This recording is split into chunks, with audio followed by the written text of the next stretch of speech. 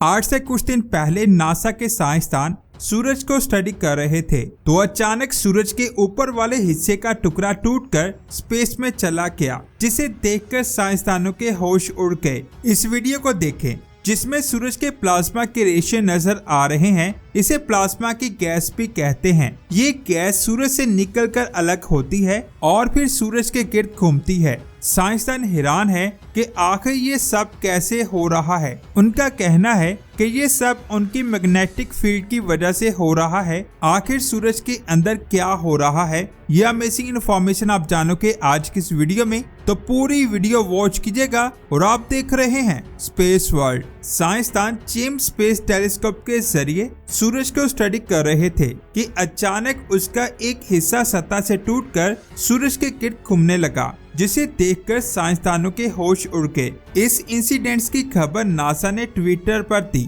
जिसमें लिखा था कि सूरज की नॉर्थ साइड से एक बहुत बड़ा मटेरियल सूरज से अलग होकर उसके चारों तरफ घूम रहा है, जो बहुत बड़े खतरे की अलामत है। अब यहाँ एक सवाल आता है कि आखिर ये हिस्सा सूरज से अलग कैसे हुआ। सूरज के 11 सालों के सोलर साइकिल में एक बार इसकी 55 डिग्री लैटिट्यूड में बहुत सारी अजीबोगरीब चीजें होती हैं, लेकिन अभी जो इंसिडेंट हुआ है ऐसा पहले कभी नहीं देखा गया। कई साइंसदान का कहना है कि इस चीज का तल्लुक सूरज की मैग्नेटिक फील्ड के साथ हो सकता है, लेकिन यहाँ सबसे बड़ा मसला ये है कि हम सूरज को चारों तरफ से नहीं देख पाते। हम सिर्फ एलिप्टिकल प्लेन या जियोमेट्रिक प्लेन से ही देख पाते हैं, जिसकी वजह से सूरज की ऐसी बहुत सारी चीजें हैं जिनके बारे में हम नहीं जान पाते। लेकिन यूरोपियन स्पेस एजेंसी का एक स्पेसक्राफ्ट एलिप्टिकल प्लेन से बाहर निकलकर सूरज को स्टडी कर रहा है। वो शायद इस चीज के बारे में जान सकता है,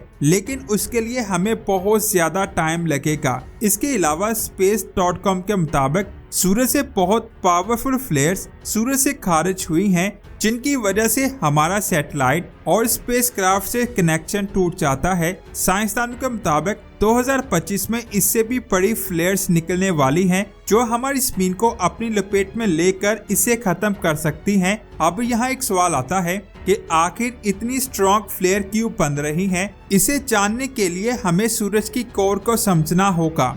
सूरज की कोर में हर वक्त न्यूक्लियर फ्यूजन होता रहता है। इस फ्यूजन की वजह से चार्ज पार्टिकल हर वक्त मूव करते हैं। चार्ज पार्टिकल असल में इलेक्ट्रिक करंट होता है, और जहां पर ये पार्टिकल होते हैं वहां मैग्नेटिक फील्ड बनती है। कुछ टाइम के लिए सूरज की magnetic field north to south travel करती है, लेकिन सूरज की ग्रेविटी की वजह से मैग्नेटिक फील्ड स्ट्रेच हो जाती है, जिससे एक नॉट बनती है। इस नॉट में बहुत ज्यादा मैटर जमा होता है, जिसकी वजह से सूरज पर बहुत बड़े बड़े ब्लैक स्पॉट्स बनते हैं। जब ये मैटर ठंडा होता है तो ये प्लाज्मा के बादलों में कन्वर्ट हो जाता है, और ये प्लाज्मा बारिश बनकर सूरज की सरफेस पर गिरता है। लेकिन कभी कभी किसी इंसिडेंट की वजह से प्लाज्मा का कुछ हिस्सा सूरज की मैग्नेटिक फील्ड से अलग होकर बहुत तेज रफ्तार से सोलर सिस्टम की तरफ आता है, और ये तब होता है जब सूरज की मैग्नेटिक फील्ड हर 11 सालों बाद चेंज होती है। यानी हर 11 सालों बाद सूरज इन प्लाज्मा को सोलर सिस्टम में फेंकता है। इन फ्लेयर्स का असर किसी भी सितारे पर इतना ज्यादा नहीं होता, लेकिन हमारी जमीन पर इसका सबसे ज्यादा असर होता है, क्योंकि वहां पर हम इंसान रहते हैं। आखिरी बार ये फ्लेयर हमारी जमीन से 2014 में टकराई थी, और अब 11 सालों बाद 2025 में ये एक बार फिर से हमारी जमीन से टकराने वाली है। और अगर ये सोलर फ्लेयर सच में हमारी जमीन से टकराती है तो आप सोच भी नहीं सकते तबाही कितनी ज्यादा होगी। जैसे ही फ्लेयर जमीन की तरफ पड़ेगी तो सबसे पहले ये जमीन की मैग्नेटिक फील्ड से टकराएगी, और इसमें जो पार्टिकल्स होंगे वो सैटेलाइट से टकराकर उन्हें खत्म कर देंगे। उसके बाद जमीन पर सैटेलाइट की बहुत खतरनाक बारिश होगी। अगर एक सैटेलाइट का छोटा सा टुकड़ा जमीन पर गिरता है तो उससे निकलने वाली एनर्जी 3 बड़े शहरों को तबाह कर सकती है, और अगर हजारों सैटेलाइट एक साथ जमीन पर गिरे तो आप सोच भी नहीं सकते तबाही कितनी ज्यादा होगी। हर तरफ छोटे छोटे एस्ट्रॉयड और सैटेलाइट की बारिश होगी, जो बहुत ज्यादा तबाही मचाएंगे। इसके अलावा इन चार्ज पार्टिकल्स में मौजूद करंट बिजली पर चलने वाली चीजों को तबाह कर देंगे और जमीन पर बिजली चली जाएगी, जिसका सबसे बड़ा असर पब्लिक ट्रांसपोर्ट पर होगा। ट्रांसपोर्टेशन का अमल पूरी तरह से बंद हो जाएगा, जिसकी वजह से इंसानों को बहुत ज्यादा परेशानी का सामना करना पड़ सकता है। बिजली ना होने की वजह से लोग लिफ्टों में फंस जाएंगे। सांस ना आने की वजह से बहुत सारे लोग मर भी सकते हैं। जिनके पास गाड़ियां हैं वो भी सफर नहीं कर पाएंगे। ट्रैफिक सिग्नल भी बंद हो जाएंगे और एक्सीडेंट बहुत ज्यादा होंगे।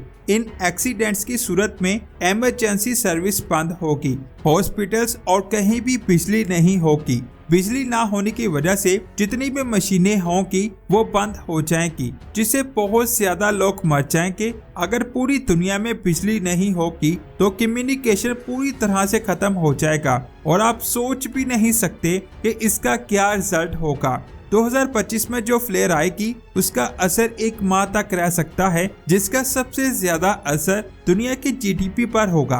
दुनिया में हर काम के लिए बिजली का इस्तेमाल किया जाता है। इस वक्त दुनिया के बड़े बड़े मुल्कों की जीडीपी 48 करोड़ है। ये सिर्फ 5 मुल्कों की जीडीपी है। जरा सोचिए पूरी दुनिया की जीडीपी को कितना नुकसान होगा। सूरज से जो रेडिएशन जमीन पर आएंगी उनसे बहुत ज्यादा जानवर मरेंगे। स्किन कैंसर की बीमारियां आम हो जाएंगी और साथ ही इंसानों का इम्यून सिस्टम भी खराब हो जाएगा। अगर बीमारियां ज्यादा होंगी तो लोग हॉस्पिटल की तरफ जाएंगे, लेकिन हॉस्पिटल में बिजली ना होने की वजह से इमरजेंसी बंद होगी। अब यहाँ सोचने वाली बात यह है कि क्या सच में ऐसा होगा? जब पहले इस तरह की फ्लेयर्स आई थी तब जमीन के बहुत सारे राजों से पर्दा उठा था। साइंसदानों की एक स्टडी के मुताबिक इन फ्लेयर से जमीन पर कार्बन 14 की मकदार में इजाफा हुआ है। कार्बन 14 से कार्बन डाइऑक्साइड बनती है और इसी कार्बन डाइऑक्साइड को ऑब्जर्व करके पौधे फोटोसिंथेसिस का अमल कर पाते हैं। इसका मतलब ये है कि सोलर फ्लेयर हमारे लिए अच्छी भी है। जिस तरह मैग्नेटिक फील्ड की वजह से फ्लेयर बनती है, उसी तरह सूरज का वो हिस्सा भी बना होगा जो सूरज की सतह से अलग होकर उसके गिर्द घूमने लगा। लेकिन ये सिर्फ एक अंदाजा है। अभी किसी को कुछ नहीं पता कि असल में वो क्या है। जेम्स स्पेस टेलीस्कोप से इसे स्टडी किया जा रहा है और साइंसदान बहुत जल्द जान पाएंगे कि आखिर ऐसा क्यों हुआ है। जेम्स स्पेस टेलीस्कोप की मदद से हम बहुत सारी ऐसी चीजों के बारे में जान पा रहे हैं जिनके बारे में हमें पहले पता नहीं था। इस वक्त ये सवाल का जवाब फाइंड करने के बहुत ज्यादा करीब है कि हमारी कायनात कैसे बनी, क्योंकि ये उन्हीं गैलेक्सी को फाइंड कर रहा है जो बिग बैंग के फौरन बाद बनी थी। और इन्हीं गैलेक्सीज की वजह से हम ये जान पाएंगे कि हमारी कायनात कैसे बनी। हब्बल ने जो कायनात की सबसे दूर वाली गैलेक्सी को फाइंड किया था, जेम्स स्पेस टेलीस्कोप ने उससे भी आगे की गैलेक्सी को फाइंड कर लिया है। यानी हब्बल ने कायनात का जो हिस्सा मेजर किया था, जेम्स उससे आगे निकल चुका है और बहुत जल्द हम ये जानने वाले हैं कि आखिर हमारी कायनात कैसे बनी। वैसे आपका इसके बारे में क्या ख्याल है, नीचे कमेंट्स करके जरूर बताएं। वीडियो अच्छी लगी तो लाइक करने के साथ साथ इसे आगे लाजमी शेयर करें। मिलते हैं एक और शानदार वीडियो में। अपना बहुत सारा ख्याल रखें। अल्लाह हाफिज।